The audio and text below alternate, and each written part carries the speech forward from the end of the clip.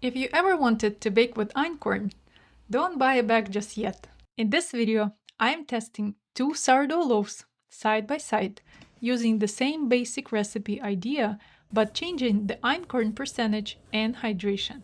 One loaf has 20% einkorn and the other has 50%. I wanted to see how different amounts of einkorn change the dough and the final bread. I will take you through the whole process of mixing, dough development, fermentation, and the most interesting part, a taste test to see if more einkorn is actually worth it. Einkorn has become a very popular and I get a lot of questions about how to use it. It has a beautiful golden color and a mild nutty flavor, and it gives the bread a very soft texture. It also has a fascinating history, with the roots going back to thousands of years, which makes it even more interesting to bake with. So let's see how it performs in sourdough. I start by adding water to the bowl. Then I add my starter. This starter was fed the night before and it's bubbly, active and ready to use. For the 50% einkorn dough, I add the einkorn flour, water and the white bread flour. My bread flour has 13% of protein, so if yours is weaker, you may want to hold back on a little water at first.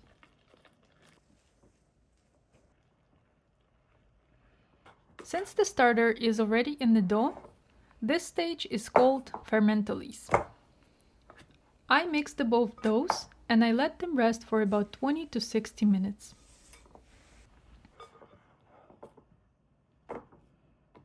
Let's take a look at our dough after the rest.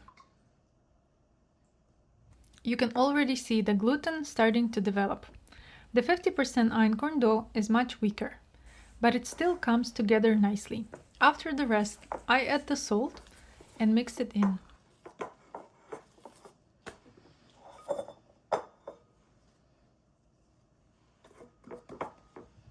The 20% einkorn develops gluten much better, and this is where test really helps.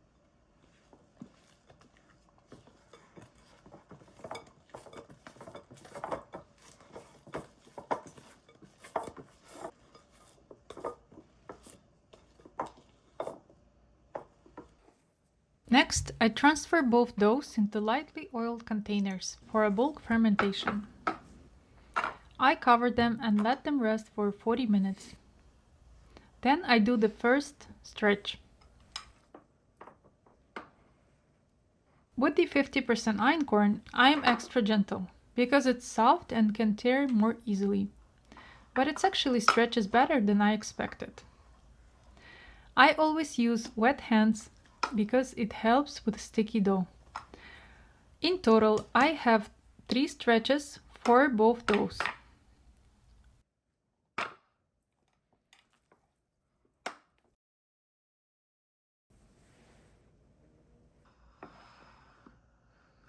Right before the final hour of bulk, the difference becomes very clear. The 20% dough holds its shape very well, and the 50% dough still soft and sticky, but it's manageable. Both doughs pass the window pane test, although the 50% dough still has a weaker gluten structure. After that, I give one more stretch and let it rest again.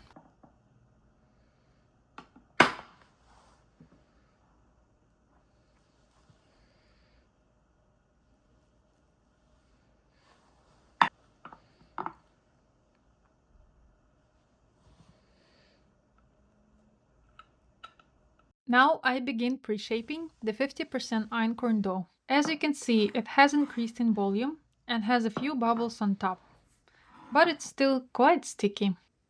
I flour the top, flour the table, and I use dough scraper to gently remove it from the bowl. I want to preserve as many bubbles as possible, so I handle it carefully. The dough still sticks to my hands, so I use scraper to round it into smooth shape. Then I let it rest for 10 to 15 minutes. I repeat the same process with 20% dough. It's easier to handle but it still feels stickier than regular wheat dough. I shape it into round and let it rest. Before shaping, I make sure to flour bannetons very well so the dough won't stick. Then I shape both loaves and place them into bannetons. I cover them and refrigerate overnight.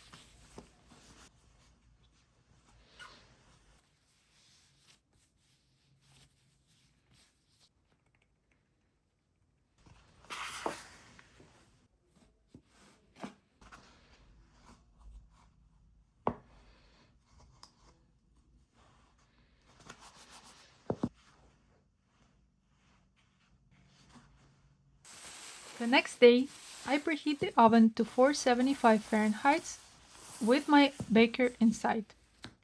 Then I bake the loaves and wait for the results.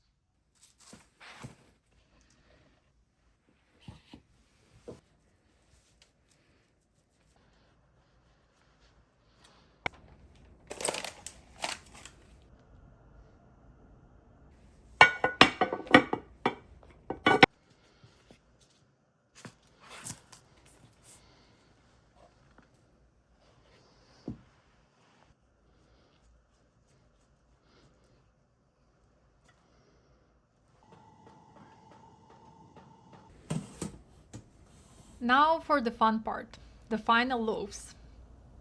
The 50% einkorn looks a little denser, but it still has a beautiful open crumb.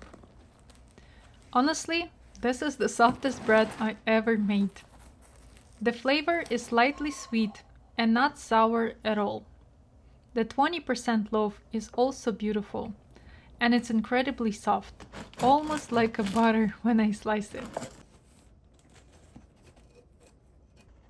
The crumb is even more open than I expected, and the flavor is naturally sweet and very clean. This experiment showed me that einkorn can make very soft, flavorful sourdough bread. The higher the einkorn percentage, the more delicate the dough becomes. Both loaves were amazing, but they behaved very differently. So if you've been curious about einkorn, I hope this comparison helps you understand how it behaves in sourdough. The 20% loaf is easier to handle and still gives a beautiful result. The 50% loaf is softer, more delicate, and very tender.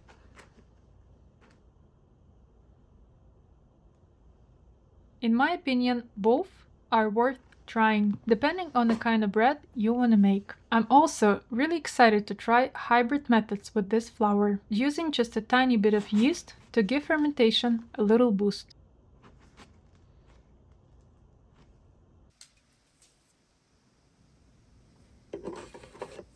If you've baked with einkorn before, I would love to know what's your favorite way to use it. Share in the comments and subscribe for more fun baking experiments with me. Happy baking!